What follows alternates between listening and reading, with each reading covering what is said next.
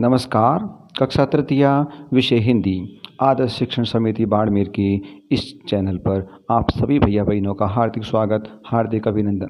हमारा आज का प्रकरण है पाठ 9 में सड़क हूँ।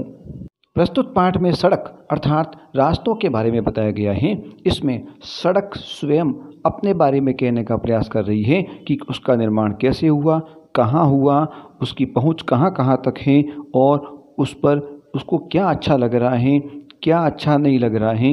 ऐसी चर्चा इस पाठ में की गई है। तो आइए पढ़ते हैं पाठ 9 में सड़क हूँ। जी हाँ, मैं सड़क हूँ, मिट्टी, पत्थर और डामर से बनी एक बड़े अजगर की तरह मैदानों, जंगलों और पहाड़ों के बीच से गुजरती हूँ। पेड़ों की छाया के नीचे से होकर मैदानों को पार करती हुई गांवों को शहर से जोड़ती हूँ।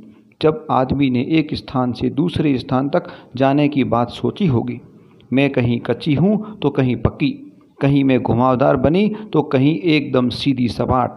स्कूल, कॉलेज, अस्पताल, महल, झोंपड़ी, बाग बगीचे, हाट बाजार और भी न जाने कहाँ कहाँ मेरी पहुँच है। इस अवतरण के मुख्य शब्दार्थ। डामर। डामर का मतलब काला गाढ़ा पदार्थ जो सड़क बनाने के लिए काम आता है। इसको तारकोल भी कहा जाता है। स्थान। स्थान का मतलब जगह। घुमावदार ऐसा स्थान होता है जिसमें बार बार घुमाव आए। इस अवतरण में सड़क अपने बारे में कह रही है कि मैं कहीं मिट्टी से, कहीं पत्थर से और कहीं डामर से बनी हुई हूँ।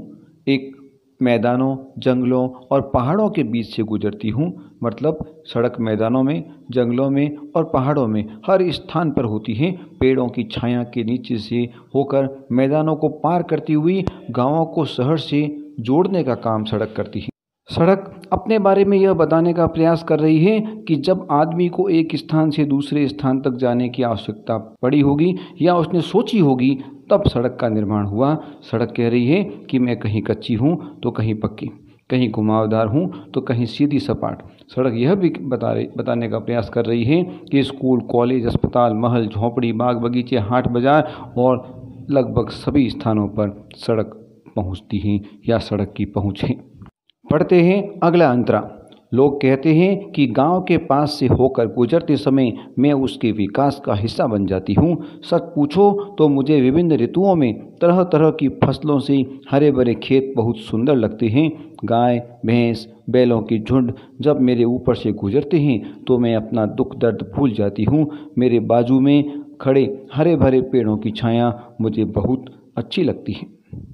इस अवतरण में सड़क यह बताने का प्रयास कर रही है कि जिस जिस गांव से होकर सड़क निकलती है, अर्थात जिस जिस गांव में सड़क बनती है, वहां स्वतः ही विकास का रास्ता खुल जाता है। विभिन्न ऋतुओं में तरह तरह की फसलों से हरे भरे खेत सड़क को बहुत सुंदर लगते हैं। गाय, भैंस, बैलों की झुंड जब सड़क पर से गुजरते हैं तो सड़क कह रही है कि वह अपना दुख दर्द भूल जाती है।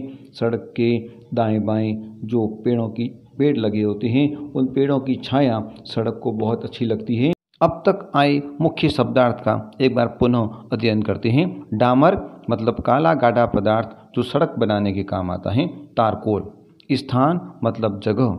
घुमावदार जिसमें बार बार घुमाव आए। हिस्सा मतलब भाग। झुंड मतलब समूह। फलदार मतलब फलों से युक्त। अभ्यास प्रश्न। सड़क कैसी दिखाई देती है? सड़क कहीं कच्ची तो कहीं पक्की, कहीं घुमावदार तो कहीं एकदम सीधी सपाट दिखाई देती है। सड़क का जन्म क्यों हुआ होगा? जब आदमी ने एक स्थान से दूसरे स्थान तक जाने की बात सोची होगी, तब सड़क का जन्म हुआ होगा। हम सड़क से होकर कहाँ कहाँ जाते हैं? हम सड़क से होकर गांव, शहर, विद्यालय, कॉलेज, अस्पताल, बाग बगीचे, हाट बाजार आदि जगह जाते हैं। पाठ को पढ़कर रिक्त स्थानों की पूर्ति कीजिए।